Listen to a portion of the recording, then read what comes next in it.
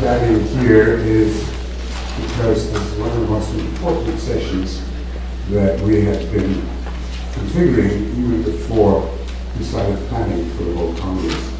And I am delighted to have so many people here who understand and care about both conservation and how to find support for it. You know, if you scan the horizon, all the big issues of the last 2 centuries that we deal with, the issues of women's empowerment, human rights, health, the issues of environment, you name it. There is no issue in the last 2 centuries that has been the product of considerations by governments or corporations or the existing large sectors of society. There have been collaborations between civil society and government. And the purpose of this meeting, of course, is really to sort of have that collaboration. I want to welcome you all. I was just waiting for His Royal Highness to join us. Welcome to Your Royal Highness, Excellencies, the IUCN Director General, the patrons of nature, the Goodwill Ambassador, the esteemed panelists, ladies and gentlemen. As I said just now, the purpose of this next 2 hours is really just to see how to mobilize the kind of support that this enormous issue of conservation needs to have. It's a given that the amounts of financial resources, the amounts of substantive supports that are needed are growing by the day. It's my pleasure to introduce the moderator this morning, who's Lynn Lord here. She is the Executive Director of the Consultative Group on Biological Diversity, an IUCN member, which is co-hosting with IUCN this session. I'm grateful to all 7 panelists who agreed to be with us today. We have a real mix of philanthropists from small to large foundations, some decades old, some more recently set up. Each will offer a unique perspective, and I hope very much that we can both learn and contribute to their thinking. Yeah. Hello, everyone. And Ashok, thank you for that lovely, graceful introduction. And before I introduce this flock of philanthropists who's landed on the stage here, I just want to say we are slightly disappointed about one thing. I mean, we've had wonderful support from our IUCN staff, Lucy and Judita and Larissa, but we did miss the opening music. The music, you know, that would draw us to the stage. So, you know, maybe something for the next Congress to work on for the philanthropists, you know, a theme like something from Cabaret, Money Makes the World Go Round, or the William Tell Overture. I don't know, I just offer a suggestion here. Everything else has been perfect, but thank you very much. Well, what I had in mind was a song when I'm 64. When I'm 64 million, yes. All right. Very good. Well, thanks. Thank you, everyone. And let me jump right in and introduce our wonderful flock here on the stage, going this way. And it's not indicating how liberal or conservative they are. It's we'll let you sort that out for yourselves. Immediately here is Ken Wilson, the Executive Director of the Christensen Fund, based in California. Andre Hoffman of the MAPA Foundation, based in Switzerland. Marcel Brennigmeier of the Good Energies Foundation, again, based in Switzerland. And Adam Swaden from Synchronicity Earth, the chairman of Synchronicity Earth, based in Britain. And Fred Launay, based in Abu Dhabi, and the executive director of the Mohammed bin Zayed Species Conservation Fund. I got it right, Fred? Okay. Okay. And Jessica Brown, the Executive Director of the New England Biolabs Foundation, and Bruce Laurie, the President of the Ivy Foundation, based in Canada. And Jessica is based in Massachusetts, yes. Lovely town of Newburyport, where she lives. So let me explain to you a little bit of how this 2 hours is going to work. I'm going to make a few opening remarks, very brief, and then I'm going to direct individual question to each panel member, one that will hopefully illuminate a little bit where they fit in this theme of emerging environmental trends. There might be a clarifying question from one of the panel members for each one of them. Then we're going to move to a session, a part of the session where we have some general questions for them to consider about trends. So we have a little bit of a scrum with that. Oh, and by the way, they've all promised to be incredibly pithy along with their eloquence. And so if you see me making signals or something to them, you will realize that they have reached the end of their pithiness. So, but I think they will do well. They're a good group. And then we will reserve amount of time for your questions. We have microphones set up, and we know that this is a very sophisticated group. The panel has agreed to take any question that you might have coming from the floor that, of course, does not have to do with money. They expect you to have that conversation with them over wine later this evening, so, or tea or juice, whatever is best. So let me just say then in the beginning that for myself, I'm someone who in my day job, it's all about trying to figure out what the emerging environmental trends are and or look over the horizon and help foundation leaders build trends or find new ways of solving the intractable problems that are facing us in biodiversity conservation and restoration. When the organization that I work for, the CGBD, was founded 25 years ago by USAID and a group of major US foundations, the idea was that foundations would collaborate, they would work together. Now, to us now, that sounds like, well, of course, that's what they do. That's bred into the bone of many foundations, but that was not true 25 years ago. And so to help foundations be complementary and not at cross purposes with each other is what the organization I work for has been doing for the past 25 years. And through that time, we've seen all kinds of interesting environmental trends emerge, and many of them arise from the particular interests and missions and objectives of the foundation leaders themselves. And it could be anything from the work that has gone on for many years on marine protected areas to the collaborations that built, for example, the forest stewardship, sustainable forestry movement all over the world. So foundations learn to sit down together and say, all right, I'll fund the capacity building, you fund the legal work, you fund the market building work that needs to be done, you fund the communications.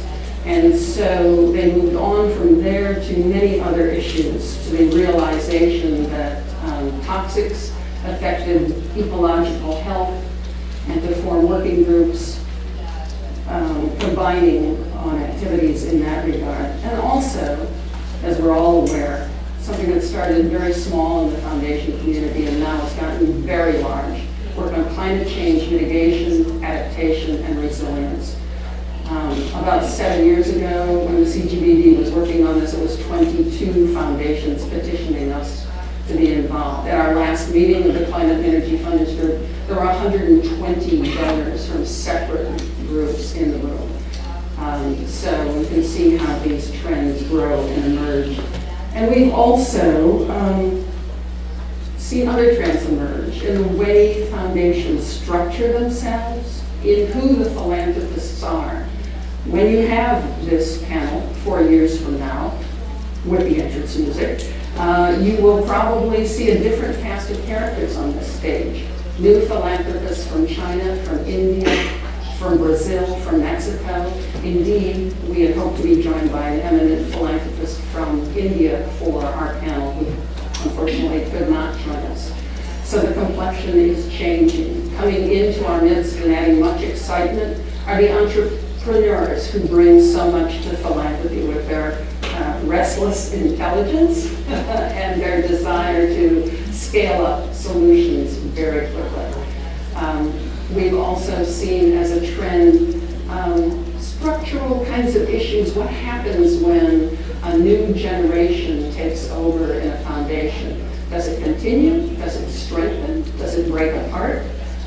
This is a trend that we observe and watch very closely. We've seen things change with monitoring and evaluation as organizations and foundations work together to determine the measurements, the indicators, but also to re-embrace the kind of narrative that can add so much to the story of what is working within a particular project. I'd have to say that an observation that many people make about foundations is that they have become much more active and less reactive, and there are very good things about that. I would also have to say that paradoxically, I've observed foundation leaders that as they become more active, they also become better listeners. And I think that they understand that the heartbeat of protecting nature is felt more closely by the fisherman or the farmer or the scientist or the teacher or the artist or the community. And they realize that their job is to amplify that heartbeat and not change its rhythm. So with that, let's move to some specific questions for our panel. Ken, you have been at the forefront of encouraging foundations that fund in biodiversity to look at a more closely interwoven mixture of the community and nature itself, so-called biocultural diversity. How do you feel that fits into trends that we see emerging? Thanks, Liv. Good morning. Yes, Christensen has a particular approach, and I think one of the things I hope that you'll go away with from today's session is realizing just how diverse foundations are. And indeed, that's a great thing about the philanthropic community. To support diversity, we need diversity. To find solutions, we need many different ways of doing things. And yes, Christensen has been one of the foundations that has pursued this particular kind of biocultural line, this effort to integrate our thinking about different kinds of diversity. In our analysis, that really comes from the fact that philanthropies have been victim, I suppose, to the general problem of Western civilization, the Cartesian divide of culture and nature. And Christensen was like that. We've been around half a century. And we used to have an arts and culture program and an environment program, and never the twain will meet. But about 10 years ago, we innovated and explored the idea that what would happen if we worked on that fertile boundary and thought in an integrated way about the ways in which different kinds of diversity can deliciously reinforce each other. And if we work on both of them together, perhaps we might be able to more transform the situation. And I think that's another perhaps general lesson that you might see in philanthropy, which is that we're most transformative and most powerful when we work on those fertile boundaries, when we open up new ways of thinking and new ways of doing things, and find a community of people like you and others out there who are trying to get to those things, and we can give you, hopefully, resources and some space to really plunge yourselves into that. Christensen also is a foundation that has been very much focused on supporting, if you like, bottom-up processes of change around creativity, around innovation. And this really reflects our belief that complexity and diversity can really only be the product of that process of bubbling change and so on. You can't create complexity and diversity through a top-down process. So in our very process of grant making, we try to make very many small grants, support very many interesting processes. We try to support work in areas over long periods of time, because that's how long it takes to generate and change and adapt diversity. We're not preservationists. I can see her reaching for the Korean label that says stop.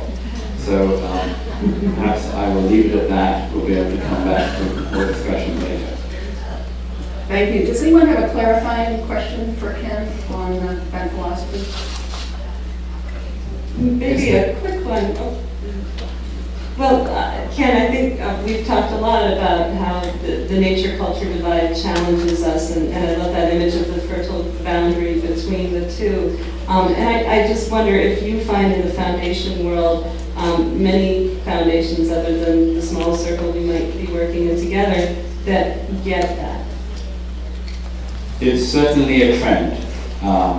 A number of years ago at the American Museum of Natural History, we had a conference on biocultural diversity organized by them, and Josh Mailman, who many of you know as an important individual philanthropist in this field, he got up and talked about the emergence of this, and he said that it's the consequence of the rise of the female donor, which he put it to Josh Mailman in his wonderful way. He said, you know, that it's women that are more comfortable with this kind of idea of complexity and integration and holism.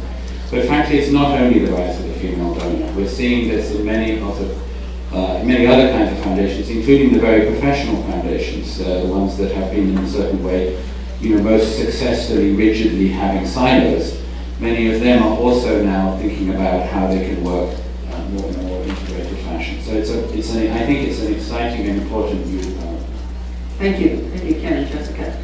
Andre, the MAVA Foundation, like the Christensen Fund, is a family foundation, and you're the second generation leader.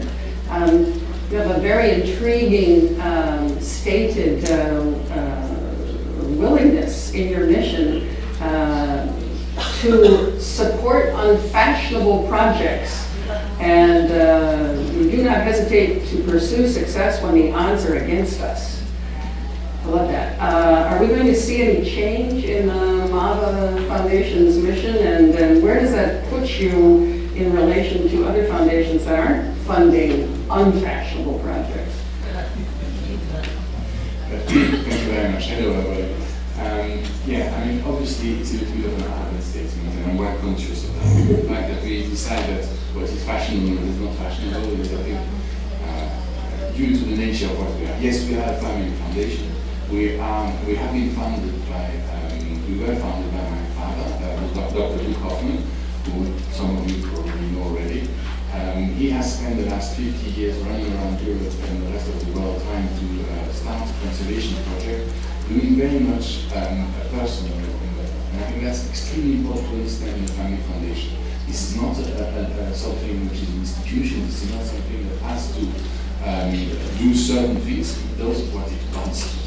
It's democratic, it's transparent, but it works. It works in the I think that's very important to understand. My father combined three things. He was himself a trained scientist, doctor of zoology, ornithologist, one of the first doctorates in ornithology ever written in Europe.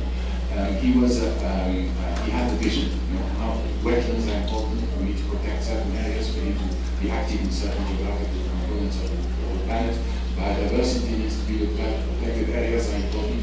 And he had, of course, the means. And the means, when you combine these three things together, you have a very potent brand of being able to do what you consider as being right. And I think that a number of institutions, and those of you who were this morning in the council meeting probably know how difficult it is for an organization like IUCN to come to a clear conclusion. We can do that. You know, we just have two people we need to convince, and once two people are convinced, we can do it. If you remember something of this session this morning, I would like you to remember that. Foundations can do. The other things about it, of course, the immense gratitude I have towards my father to have been able to provide us with such an instrument. My two sisters and I are now in the board, and I chair the foundation since 3 years. We need change in the future. Of course, it's a little bit difficult to say that we will always be true to the thinking of one person, who is very merciful, still our president and will have for a very long time. But at some stage, this double guessing we have to stop. So at some stage, we will have to sort of come up with our own vision of things. And we were quite solidly, at least over the last couple of years. As to the point, which I think is a very important point, can we do it cross-disciplinary? Can we introduce other dimensions into what conservation is about? I would say that in our family, we resolve that in a different manner. Each individual member of the family has started another foundation involved into the fields in which we are particularly interested. As far as I'm concerned, conservation is the most important issue facing humanity now and on. All the others are consequences of that particular overexploitation of natural resources. So I consider myself as a legitimate president of the foundation and intending to do that on the long term as well. And perhaps I would just add, before I get to the Korean side, I would just add that the long-term thinking of the foundation is expressed in its project, but not necessarily in its structure. I don't think we should start building something that would survive